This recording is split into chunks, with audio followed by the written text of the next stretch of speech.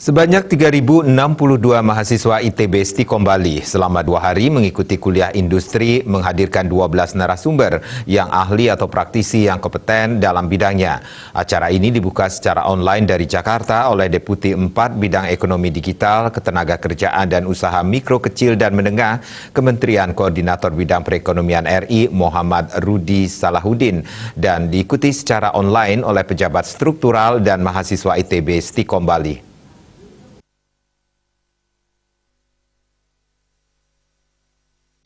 Dalam sambutannya, Muhammad Rudi Salahuddin menegaskan pandemi COVID-19 ternyata ikut mengakselerasi adopsi bisnis digital.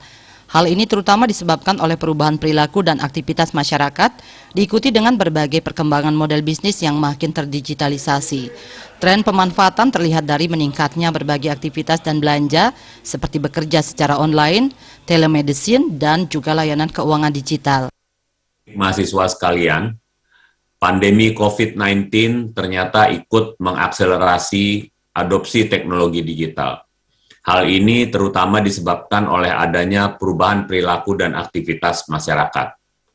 Ketua Yayasan Widya Dharmasanti Denpasar Induk ITB Stikom Bali Ide Bagus Darmadiaksa dalam Welcome Speak menyatakan, kuliah industri ini untuk memperkenalkan dunia kerja kepada mahasiswa agar menghasilkan link and match atau kesetaraan dan kesepadanan antara dunia pendidikan dan dunia kerja.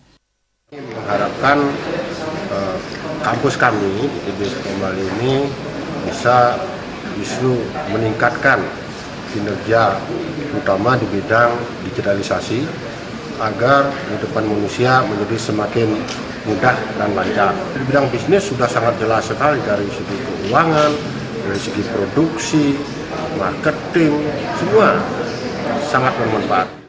Ketua Panitia Kuliah Industri ITB Stikom Bali Bagus Made Sabda Nirmala menjelaskan, topik yang dibahas adalah topik kekinian mulai dari e-commerce, data science augmented reality, creative content, cyber security, digital marketing and branding, NFT pada industri kreatif, graphic design, blockchain, and cryptocurrency, creative planner, industri food and beverage, cloud platform teknologi, dunia saham dan investasi, hingga industri software engineering. Kegiatan kuliah industri 2022 ini bertema kreativitas digital planner di era new normal, itu dihadiri oleh mahasiswa aktif Stikom Bali sekitar 3.062 mahasiswa. Itu akan dilaksanakan secara online daring, dan narasumbernya itu lalu ada dari praktisi itu ada yang digital planner seperti dari studio HNS Studio. Sedikitnya 12 narasumber berkompeten dari perusahaan multinasional, instansi pemerintah, dan pegiat digital kreatif akan berbagi ilmu dengan para mahasiswa. Disebutkan 6 dari 12 narasumber itu adalah Furin Ongko, Lead Technical Program Manager Amazon Web Services, yang mengupas tentang peran penting teknologi cloud computing di masa new normal.